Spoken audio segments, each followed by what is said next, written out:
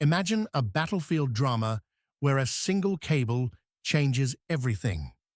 In this tale, you'll witness George S. Patton's Third Army smashing through Hitler's mighty Siegfried Line, racing across freezing mud to the Moselle River, and storming into Germany's oldest city, Trier. You'll feel the tension of a daring night assault, the suspense of two ancient bridges, and the biting irony of a sardonic telegram sent to General Eisenhower. Have taken Trier with 2 divisions. Do you want me to give it back? Like and subscribe for more. March 2nd, 1945. At the Supreme Headquarters of the Allied Expeditionary Force in Paris, far from the front's chaos, a dispatch crackled into existence. Addressed to Supreme Commander Dwight D. Eisenhower, it bore the hallmark of brevity and scorn.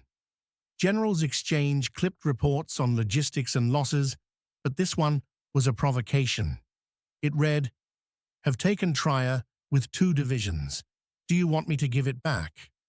The officers who saw it paused. Some stifled laughter, others grimaced. Hours before, Ike had ordered Third Army to bypass Trier.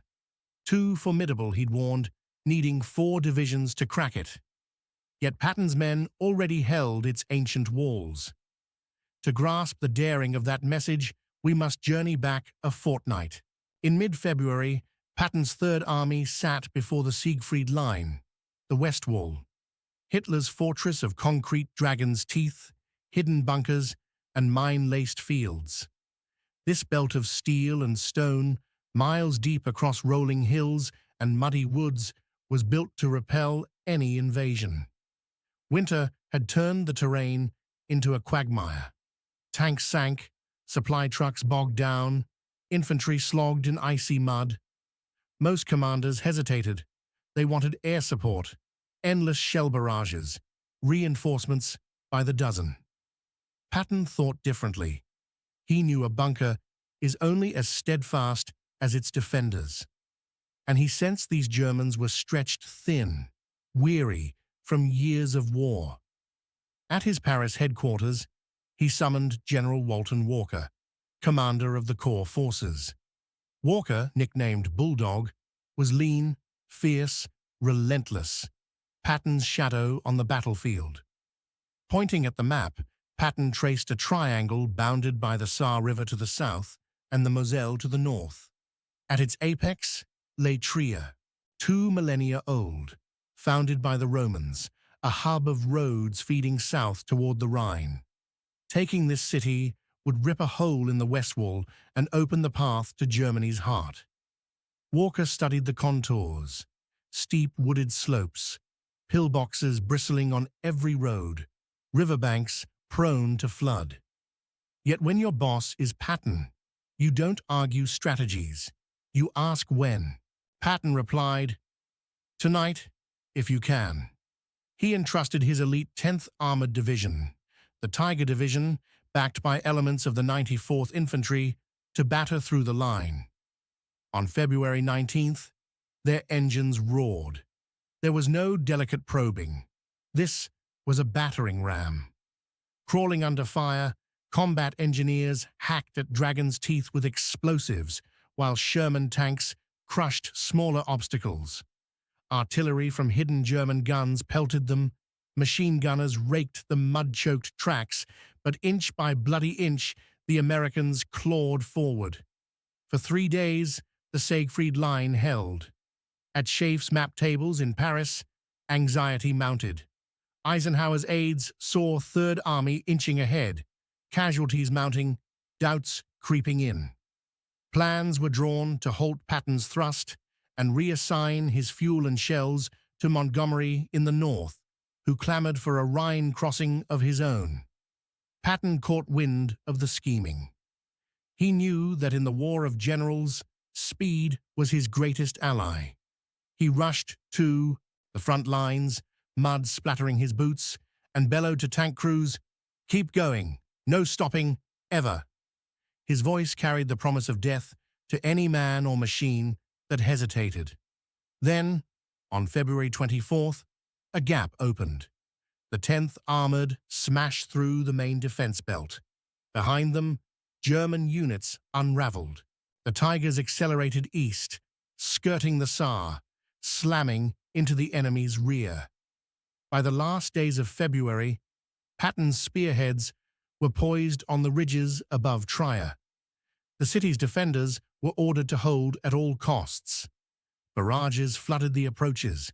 Bridges were wired with explosives. Anti-tank guns lurked among Roman ruins. Intelligence in Paris warned that thousands defended Trier, and doctrine insisted a fortified city demanded 3, even 4, times the attacker's strength. Patton had 2 divisions. Eisenhower's operations officer advised restraint. Bypass Trier, regroup. Let follow-on forces handle the city later. Cautious, logical, safe. Eisenhower agreed and dispatched orders. Avoid Trier, wait for reinforcements. But in 1945, messages crawled. Encoded, typed, couriered. Meanwhile, Patton sensed the coming break and resolved to render it moot. He phoned Walker, "Seize Trier tonight, no questions." And so, under a moonless sky, on March 1st, the Third Army prepared a shock assault. Only 2 bridges spanned the Moselle into the heart of Trier. One, the Kaiserbrücke, modern but rigged to blow. The other, the Roman bridge, built in 16 BC, had weathered centuries of war but was primed for demolition. German engineers stood ready with detonators. Patton's plan hinged on surprise and velocity. Lieutenant Colonel Jack Richardson led the nighttime convoy. At 0200 hours, engines burst to life. No preliminary artillery, silence was their shield. Tanks thundered down narrow roads, combat cars scattering wooden barricades, infantry braced in half-tracks close behind. Flares erupted overhead as sentries flicked alarms. Machine guns spat from windows. Panzerfaust rockets streaked across the valley. The lead tank sloughed a direct hit and went up in flames, but the line did not falter. Pushing past the wreck, they reached the Kaiserbrücke just as it detonated.